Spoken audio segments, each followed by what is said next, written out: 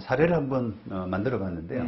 원룸 한 30개 정도가 있는 건물입니다. 다가구. 네, 그렇죠. 그런 건물을 50억에 이제 어떤 분이 매수를 했어요. 샀어요. 근데 사게 된 이제 동기가 거기 이제 보증금하고 월세 이런 부분이 수익률이 너무 좋아서 그 수익률을 보고 이제 사게 됐는데 예를 들어서 그 보증금이 5억이고 월 차임이 좀 합해 보면은 1,500이다. 이렇게 이제 알고 그거를 계약을 했단 말이에요. 네. 그러다 보니까 보증금은 이제 5억 부분은 빼고 나머지 50억 중에서 45억만 주고 이전 등기를 이제 받고 그렇죠. 이렇게 해서 이제 계약이 끝났는데 이제 문제가 발생했습니다. 그 뒤에. 왜요? 그 나중에 이제 등기 후에 확인해 보니까 보증금 5억이 아니라 액수가 5억이 아니라 6억이었던 거예요. 실제로는.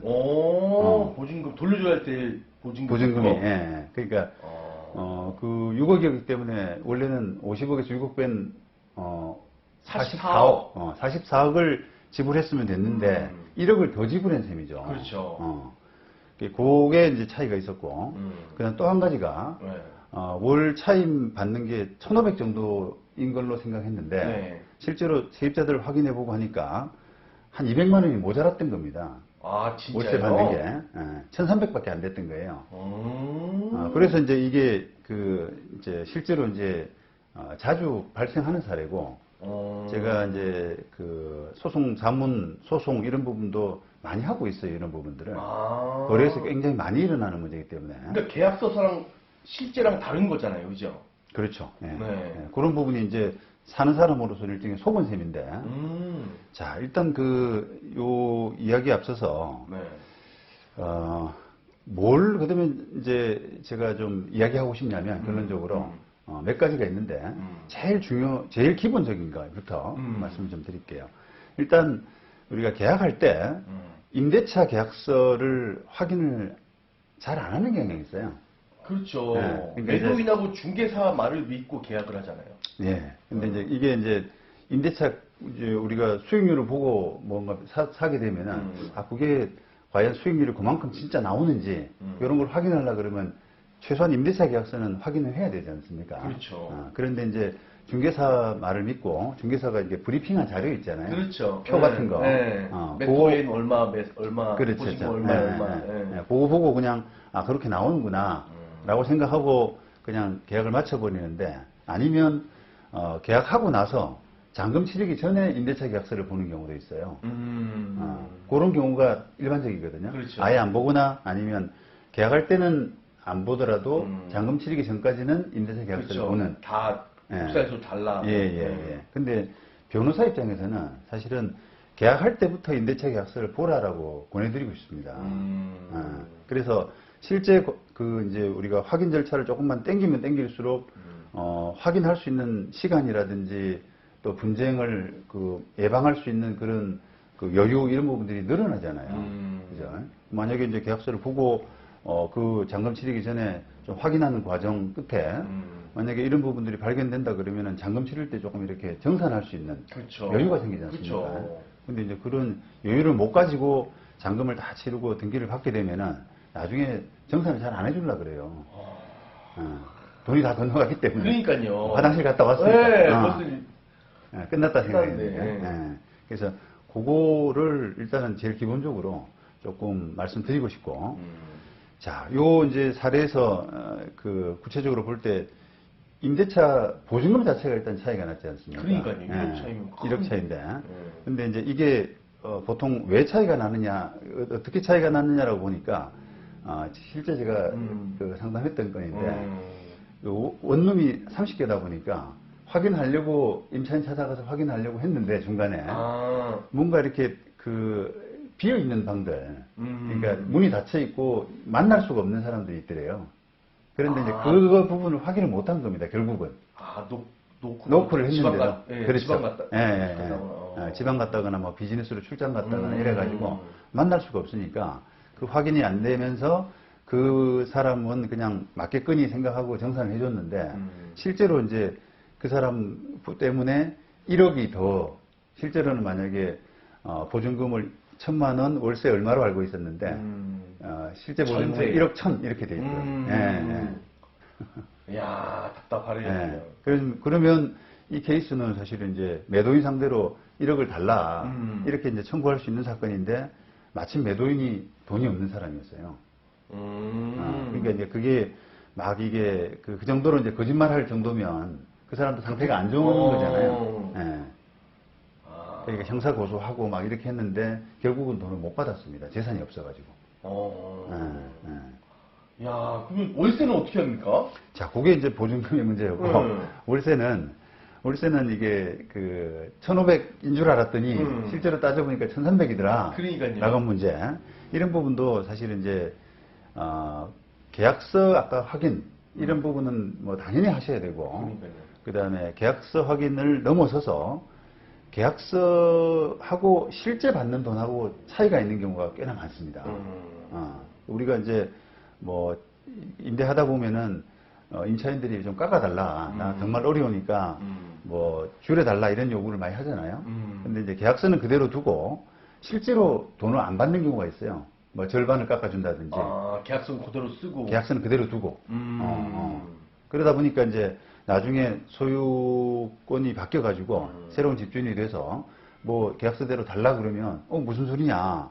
나는 그 주인하고 합의해가지고 실제로는 반밖에 안 내기로 했다. 이렇게 이제 이야기를 하는 통장을 보여주는 거예요. 그러면 법률적으로는 그 새로운 소유자가 그 부분을 합의를 승계를 해야 되는 임대차 계약을 승계해야 되기 때문에 그러니까요. 그런 합의를 그대로 이어받아야 되는 의무가 있거든요. 그러다 보니까 실제 받을 수 있는 돈은 1,500이 아니라 1,300밖에 안 되는 거죠. 아, 진짜요? 예. 이런 이제 확인 절차가 있으면. 네, 그렇죠. 근데 이거 다가구 말고도 상가도 많겠네요. 그러면. 상가도 많이 있죠. 상가도 깎아주는 경우가 실제로 많기 때문에. 코로나 때문에도 많이 그랬잖아요. 그렇습니다. 예. 그래서 이제 그걸 생각한다 그러면 이게 이제 임대차 계약서는 비록 이렇게 돼 있다 하더라도 실제로 과연 합의된 돈, 실제로 주는 돈 그게 얼마냐 이 부분에 대한 확인이 반드시 정상 과정에서 있어야 돼요. 와, 어렵다. 임차인을 다 만나야 되는. 임차인을 만나야 그렇죠. 예. 그래서 제가 조금 이게 임차인 수가 많은 이런 케이스를 들어드렸는데 임차인 수가 몇 명 안 되는 경우라고 하더라도 똑같은 거죠. 결국은 확인해야 되고 그 다음에 이제 확인해가지고 정산될 수 있으면은 이제 정산을 하시는 거고 만약에 그럼에도 불구하고 확인이 좀 안 되는 경우가 있지 않습니까? 그렇죠. 그런 경우는 이제 계약서상에 뭔가 조금 이렇게 특약 같은 걸 해가지고 어떻게 정산할 거냐 나중에 만약에 1,500 다를 시 1,500인데 만약에 뭐 1,300이라든지 이런 식으로 실제 받는 돈이 적다 이럴 때는 어떻게 정산할 거냐라고 하는 부분을 특약상으로 좀 남겨두셔야 됩니다. 그걸 어떻게 하나요? 월 200씩 적어지면 네. 10년 소유할 거면 그걸 다 물어야 되나요? 그러니까요. 그게 지금 이제 좋은 지적이신데 그걸 만약에 특약상에 없다, 없이 분쟁을 갔다. 네, 그러면 사실은 이제 사는 사람 입장에서는 1,500이라는 수익을 보고 샀는데 그렇죠. 1,300밖에 안 나오니까 지금 매매 대금을 좀 깎아야 되는 그런 요구를 할 수 있을 것 같지 않습니까? 네, 맞아요. 그러니까 실제로도 그게 가능하긴 한데 이제 재판에 가서는 그게 현실적으로는 액수 산정이 쉽지가 않습니다. 액수 산정. 그러니까요. 그러면 이제 이거를 이제 일반적으로 생각할 수 있는 방법은 감정입니다. 감정. 감정을 해가지고 이게 1,500이었을 때 월세 1,500이었을 때 그 건물 가치와 1,300이었을 때 건물 가치가 몇 퍼센트 차이 나느냐 이렇게 감정을 하면은 그게 만약에 5% 차이가 난다, 10% 차이가 난다 이렇게 나올 거 아닙니까? 그러면 그 퍼센티지만큼 매매 대금에서 주라. 예. 이런 식의 이제 감정을 5%면 25, 뭐 2억 5천 2억 5천 정도, 10%면 5억 정도. 아니요, 10%면은 5억이네요, 그죠? 5%면 2억 5천이니까 네. 작은 돈이 아니거든요, 이게. 그렇죠. 예. 그러니까 그런 정도로 이제 감정을 하는 것이 일반적인데 그게 이제 감정이라는 게 그 재판도 해보셨지만 감정이라는 게 감정이 정확하게 좀 될 때가 있고요. 또 잘 안 되는 케이스가 있어요. 감정이. 그 합당한 금액이 아닐.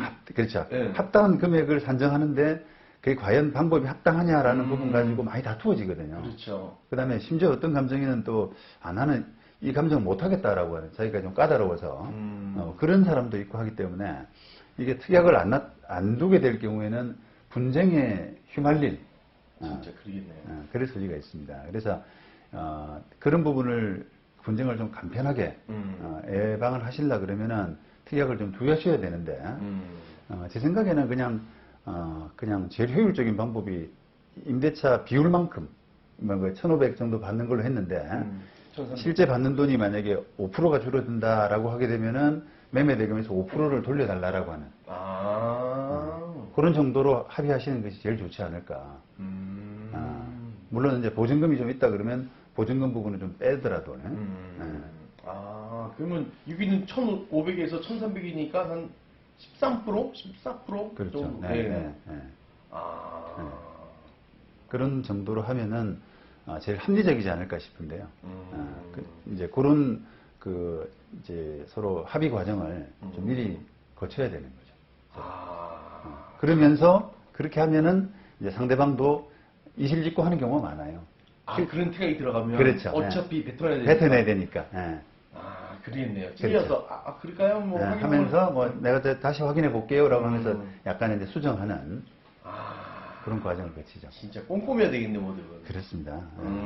근데 이제 그거를 잘 모르기도 하고요. 제가 늘 말씀드리는 거지만 잘 몰라서 못하기도 하지만 그걸 이야기하는 게 신뢰가 될까?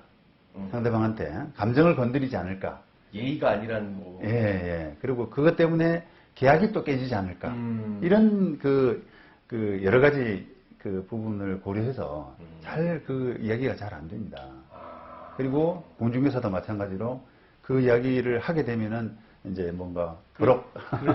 계약이 깨질 예. 그렇기 때문에 잘 이야기를 못 하고요 또 그냥 슬쩍 넘어가고 그냥 알고도 뭐 묵인하고 이런 경우가 많이 있는 거죠. 진짜 모든 계약할 때는 꼼꼼하게 확인을 많이 해야 되겠네요. 진짜. 그렇습니다. 네.